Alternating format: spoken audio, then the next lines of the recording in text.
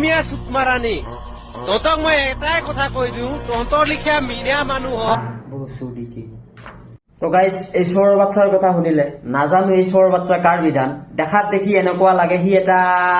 কুলিৰ বিধান হ'ব পাৰে চাগে তাৰ থোপৰাটো চাই কুলিৰ বিধান তো যি নহওক ই ইঞ্জিনিয়াৰ বুলি কৈছে ই ইঞ্জিনিয়াৰ আৰু ইয়াৰ নিচিনা জহৰা ফাল্টু চোদা ইঞ্জিনিয়াৰ আছে বুলি আমাৰ অসমৰ বিভিন্ন জাগাত কামৰ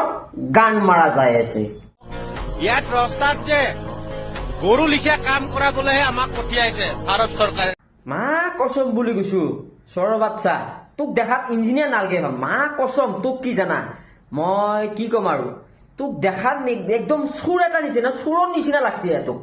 ইঞ্জিনিয়াৰ লাগা নাই বাপ্পা হাৰি একদম চোৰ তো গাইজ